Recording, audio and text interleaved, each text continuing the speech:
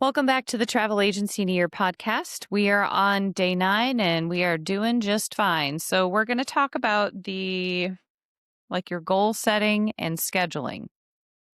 So in previous episodes, we broke down you want 30 trips, you need 48 consultations based on prior year conversion rate. If you've been in the industry for a while, right? Go back and watch the other episodes because I'm building this imaginary travel advisor that I'm helping. If you're like, what are you talking about? So in this series, we have a travel advisor that wants to book 30 trips in the next year. They know that they have to book 48 consultations to close at least 30 trips, right? It's all math. It's not luck or anything magical. So they know they need to have 4 consultations a month to hit that goal. And for the next week, they need to do their best to get 1 consultation booked for that week. If you don't get it, that's fine. Just because you need 4 doesn't mean you're always going to hit 4. Sometimes you'll have 12 consultations in 1 month and you'll close at the same conversion rate. And other times you might only have 2 all month. And that's okay, especially if you're brand new. You need to be tracking all of this data because you'll figure out based on your niche and your ideal client and the client's journey, roughly what time of year is when you're going to get more of an influx of really good leads coming in to be converted into your clients. So, with that being said, even if you have all these goals in mind and you tend to procrastinate, trust me, I know, I am a fan of it. I'm a fan of everything last minute if I need to. Life happens. You get sick, your kids get sick. Maybe there's just bad weather and you don't have internet service for a few days, or just anything can happen in your life that just kind of sets you back a little bit. And then you're like, oh, I got to make up for this. Or you could be a little neurospicy and you're just procrastinating for reasons beyond me. That's something you're going to have to maybe do some reflecting on. But if you're in that position, you don't have to consistently be 1 consultation every week. That's a nice goal to aim for. But let's say you're already if you're already halfway through your month at the time of listening to this, just go to the next month, start it for next month. Okay. You're not going to hit your 30 most likely, but you could start next month and get into the habit. But also there's 2 ways you can go about doing this to make sure that you are more likely to achieve your goals when you are a procrastinator. And we're going to talk about this with regards to creating and scheduling out your content, batch creating content, instead of waiting until the 11th hour to create and schedule it out and post it, or just do it at the last minute, which a lot of us do. It's fine.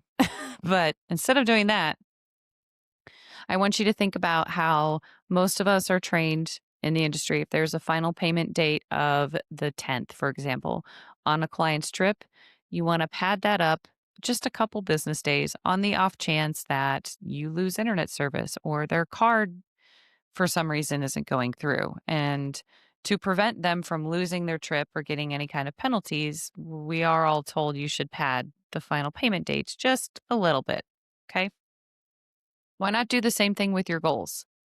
Why not say, if I want to book $1 million in travel this year, instead of saying that, you can say, I want to book $1 million in travel within the next 9 months.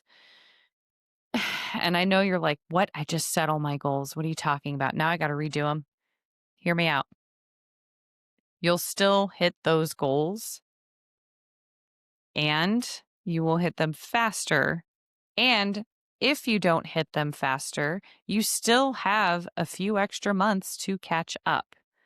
But with procrastination, you need to trick your brain into thinking that you have all these deadlines with regards to content creation and making sure it's scheduled and posted, email newsletters, making phone calls if you do that or whatever, call your past clients up, text them. You want to do that all sooner than later so that you aren't in stress mode thinking, well, now how am I going to get a consultation to get hit my goals and then beat yourself up, right? Or stressing yourself out like, oh, I got to get all this content out tomorrow or the next week. Some of you like to live life on the edge like that. That's totally fine. But if you don't, that's going to lead to a lot of burnout. Another example of this, let's say you want to book 6 weddings over the next year. You could tell yourself, my company needs to book 6 weddings within 9 months from now. And that's going to make you work a little bit harder to achieve that goal. And you're more likely to achieve it, maybe even surpass it. You might not meet that goal, but you're going to get there much better if you give yourself less time to get it done. So let's take the example of you have to do a slideshow presentation. Let's go back to high school. You got to do some kind of slideshow presentation or speech. And if you did this in high school, you need to implement like padding all of your goals up by a few weeks. Okay.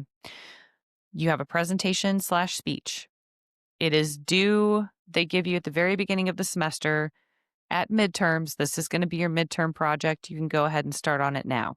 And at the beginning of the semester, you're like, totally going to do this and start on it right away. And then you don't care. And then you are a week, 3 days away, the day before this presentation or speech is due, and you're just pulling the all-nighter and you're getting it done.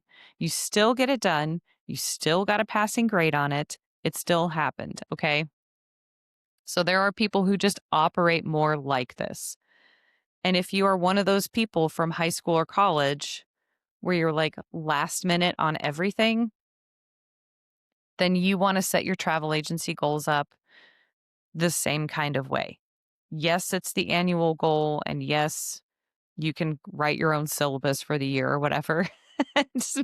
But you want to say, instead of, I want to book 6 weddings over the year, you have to say, these 6 weddings are due to my business within 9 months. Or these 30 trips are due to my business within 11 months. And you can still have that goal of 1 consultation a week with the 30 trips and the 48 consultations. But you're going to work harder to surpass that goal and meet that deadline. And you could also do this with like your content creation. You can give yourself a deadline by the 10th of each month. I have to have the following month's content ready to go, whether it's newsletters, video content, social posts. And I'm not saying you need a billion pieces of content. If you want to spam everywhere and get a ton of business, yes, that will work. If you want a large volume of business, it's going to overwhelm you if you're just one person and you're just like, I just need 30 trips, right? Like you do not need to spam multiple times a day, multiple platforms to get 30 trips a year. But again, you can tell yourself, I have to have next month's content ready to go in my calendar, my ideas and the drafts ready by the 10th of each month. So that's what I'm saying by giving yourself your deadlines. And you need to incorporate that into your scheduling. I go super far in depth into scheduling with the Success Circle.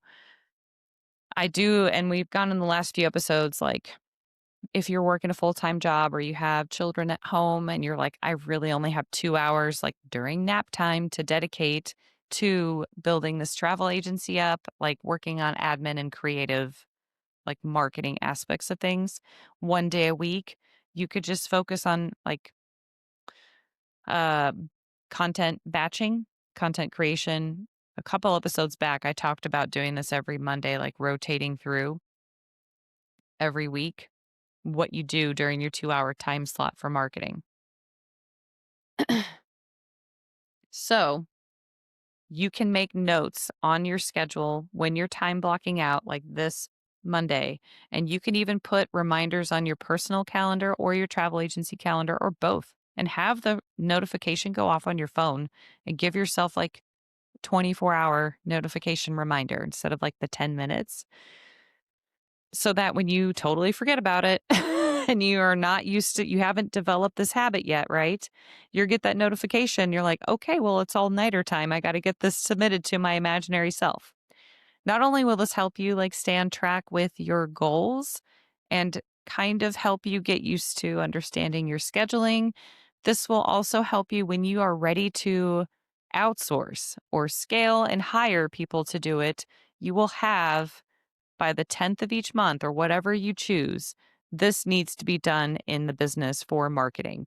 And by the 12th of each month, all accounting needs to be accounted for. I don't know why I said it that way, but all accounting needs to be accounted for. And just by the 16th of each month, all updated automations that I need to implement that I had set for the goal for this month, which don't try to do an entire, like just pick like one workflow or pick like 3 email sequences that you can automate. Don't overwhelm yourself all at once each month. When you start to hire and scale, then you'll have those expectations like, I need these reports in because I'm the CEO. I'm the captain now.